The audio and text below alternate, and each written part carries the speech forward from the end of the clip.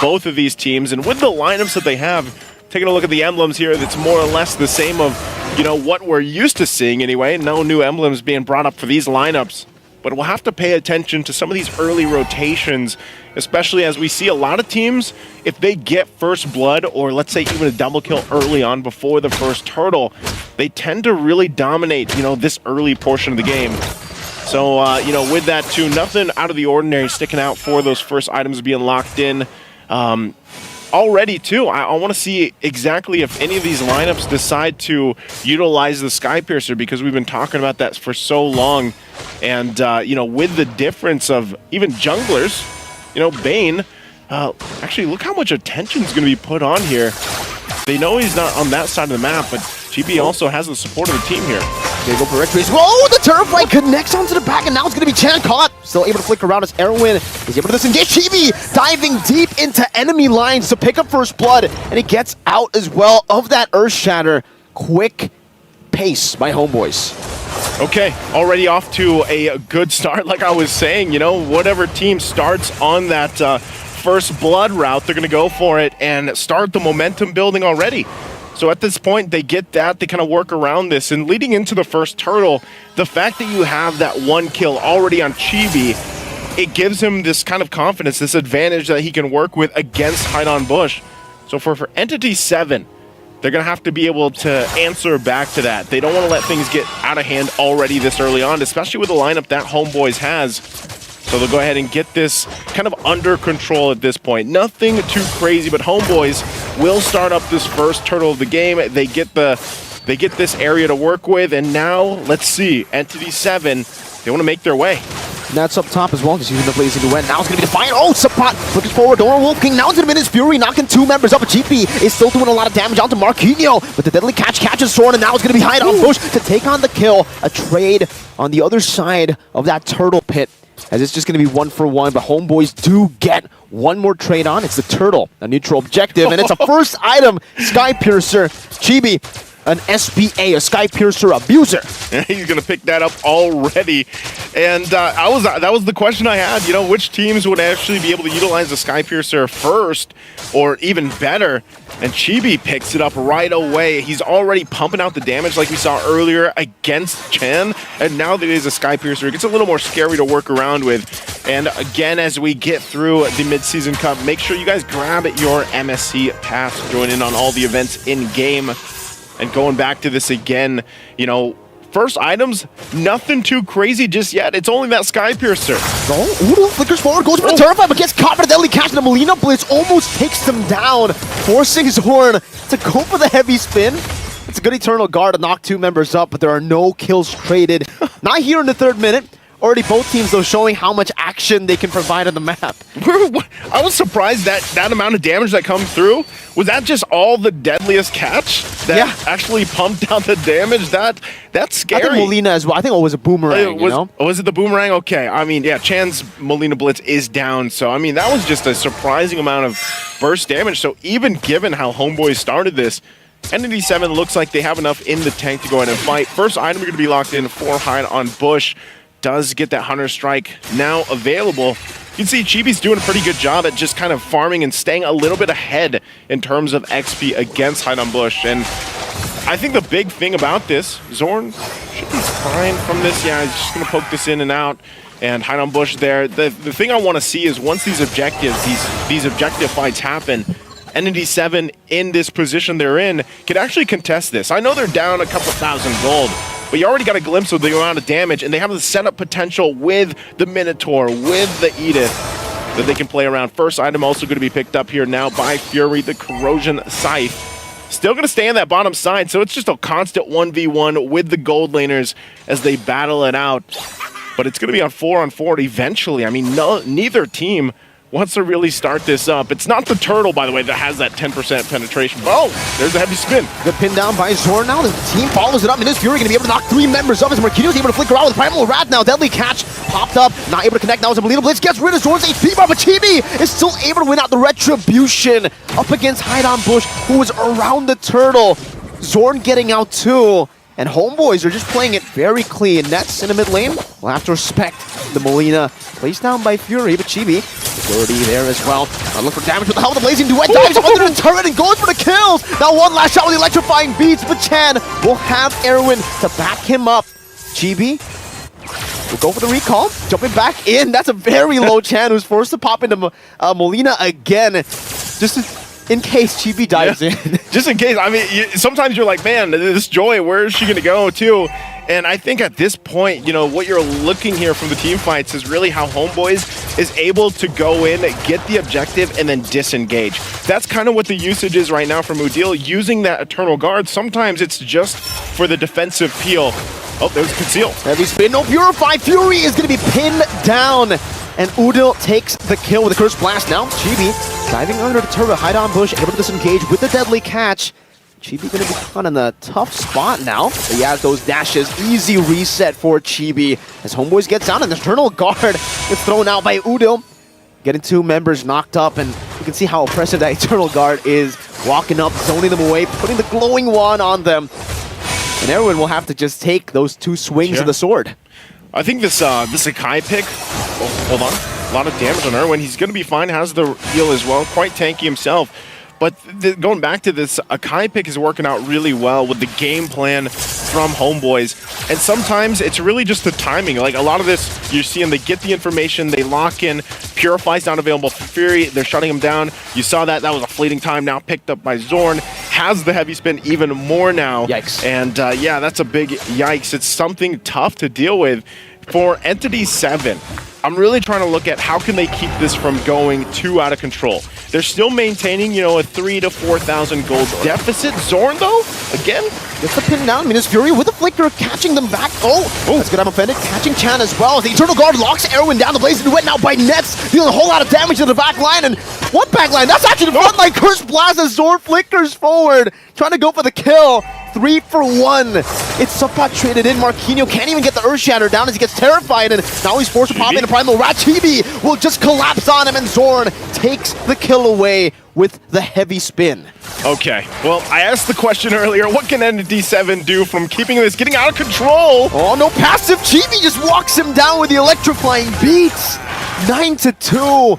It's a massive gold lead for Homebois. My goodness, they got I don't know, they gotta throw the drum set away or whatever Joy plays music on. Whatever the electrifying beats are, they need to get rid of them because Chibi has been just a destruction all by himself. You know what Trex would say? What? Punch her in the face. Yes, that's probably what Trex would say. You could do something like that.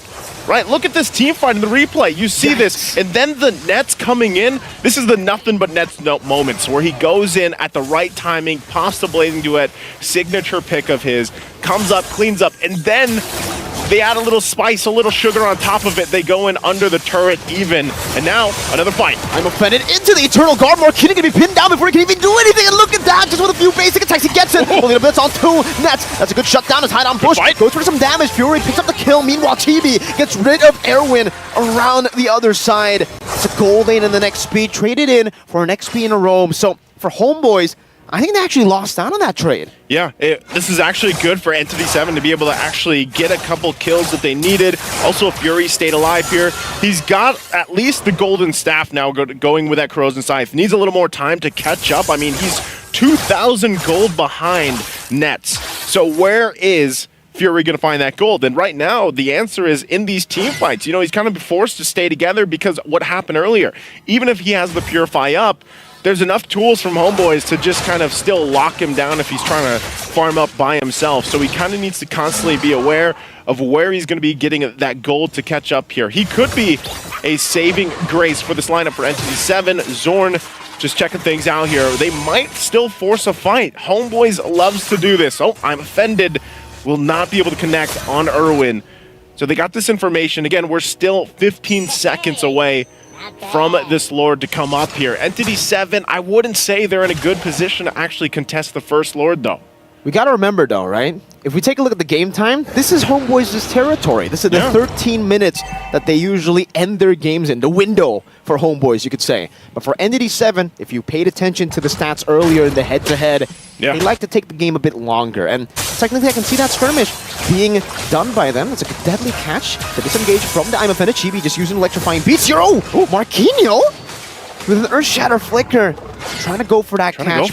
Back to the point, for ENTITY7, they want to prolong the game. And their composition with the Nana, with the carry, and technically almost everyone in that team, you can go for the late game team fights, and they'll be very, very good for you. Well, their average game time was what, the 19-minute mark. So if they can bring this game number 1 to that point, it'd be better for them. But right now, as the Lord is just going to be easily secured by Homeboys, as has the Turtles previously, ENTITY7 will find themselves on the defense.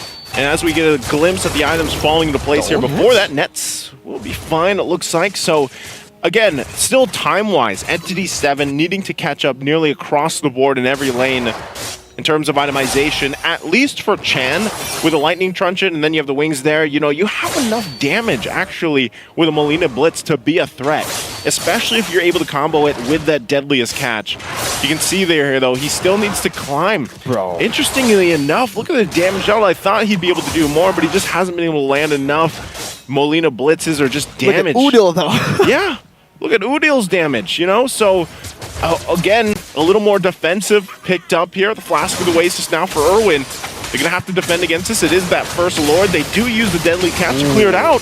They get a flicker out, too, from Udil. So that, for now, is going to work out. But even Sapat not able to go in unless he pops this flicker. But so far, it looks like Homeboys will just go ahead and get these turret shields down. And there goes the Eternal Guard. Yeah, just a little bit of damage now. Oh, onward, Earth Shatter catching Sapat, bringing him back under the turret. Minus Fury as well. Now Ness forced to use a Purify. That's a 2-man pin down, but Arrow's going to be able to flick around. And Marquinhos will be taken out by the electrifying beats of Chibi. Just the 2 XP laners traded here in the 12th minute of the game. That's a BOD, by the way, for Hide on Bush. I think this is better for ENTITY7 if they can just hold it down. Again, they need I would honestly say 6 to 8 minutes. They'll be in a better position to go ahead and deal with Homeboys. But as you're seeing, Homeboys is actually pressing the situation. Electrifying beats again, Chan. Okay. Wasn't able to get that Molina. Wasn't able to take him out under the turret to punish him. And Homeboys just are still playing it slow now. It's still the question of, like, how do we deal with Chibi? He hasn't died yet. He does that time and time again, goes in, electrifying beats, pops some damage, and, you know, part of it, too, is just dealing enough for then the follow-up to come through from that. So like we've seen so far, it's almost like choreography at this point from Homeboys, but Zorn also doing his thing? Yeah, doing his thing. He knows there's probably someone over here from ENTITY7, so they'll go ahead and just really, for Homeboys, they can't really cap out on anything just yet. Oh, this is interesting, right? Okay. So this is what I was wondering also with Chibi. He does have the Genius Wand, and so I think it works brilliantly. Oh, Zorn! Heavy spin. The Earth Shatter gonna dodge away from with the Battle Mirror image in the back line. Don't like a look at Chibi. Again with the electrifying beast and taking Chan down. Everybody melting when he just gets deleted in the back. Marquinhos with the Primal Wrath and Fury. These basic attacks that are just so deceiving. That's the carry damage. You don't expect it, and then suddenly all of the hits. You get punched in the face! You get punched in the face! Chibi got punched in the face! That was a bit more brutal, to be fair. That wasn't like a punch. That was a kick. That was okay, that was a kick in the face. I don't, you know, Chibi, a head kick. Yeah, Chibi thought he was okay, and then he's like, oh, wait, hold on. What happened? What happened? And I was going to go into the point where he has the Genius Wand, which actually works really well with Udil, and why they can follow up. But man, talk about just a clap back from ENTITY7 in that last fight.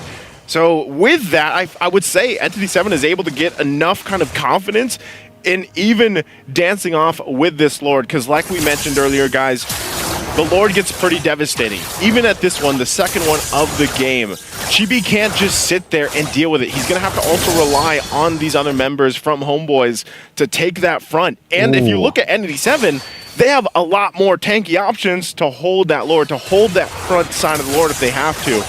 So for Homeboys, they might find themselves in a bit of a difficult situation where then they have to decide, do we split push? We have a Claude. He's online. Nets has done this time and time again, you know, and on this specific hero. So that's something that ENTITY7 might want to watch out for. Conceal going to be used. Zorn, but not going to be able to find anything, so they go and just might go ahead and set up for this Lord. Yeah. I think that's exactly what they want to do here, but they gotta burst it down, they gotta commit to it. If they take too much damage, these members aren't really tanky. And you can see from Homebois, they're just gonna go and shred it down, no problem whatsoever. Chibi even just jumping in. He is half HP though, so I think he has to be careful, and he will just use electrifying beats for the minion waves. A good Lord take for Homebois. But ENTITY7, it almost feels like they know that they can't go for that. They can't contest it. But they can defend. They can defend. Actually, their clear is pretty good here, especially because they have a Nana. For instance, who also has the Divine Glaive locked in now. You also have Carry now locked in itemization-wise, already locked in the DHS, has the meter Gold Rose as well. So you have a little more defense to deal with some of the magic damage that's being pumped out, and that's been the main problem for ENTITY7 against Homebois. So they get ready for this Lord to push in. It's going to go ahead and get this charge off. See if they can defend their base. Oh, heavy spin already used up in the bottom lane as the Eternal Guard gets popped in and just zone him in the way. TB in the back line just doing some damage. What? Fury assassinated by TB in the back. And now with the Eternal Guard munching on Erwin's HP bar, it will just be them completely wiped out. Everyone except for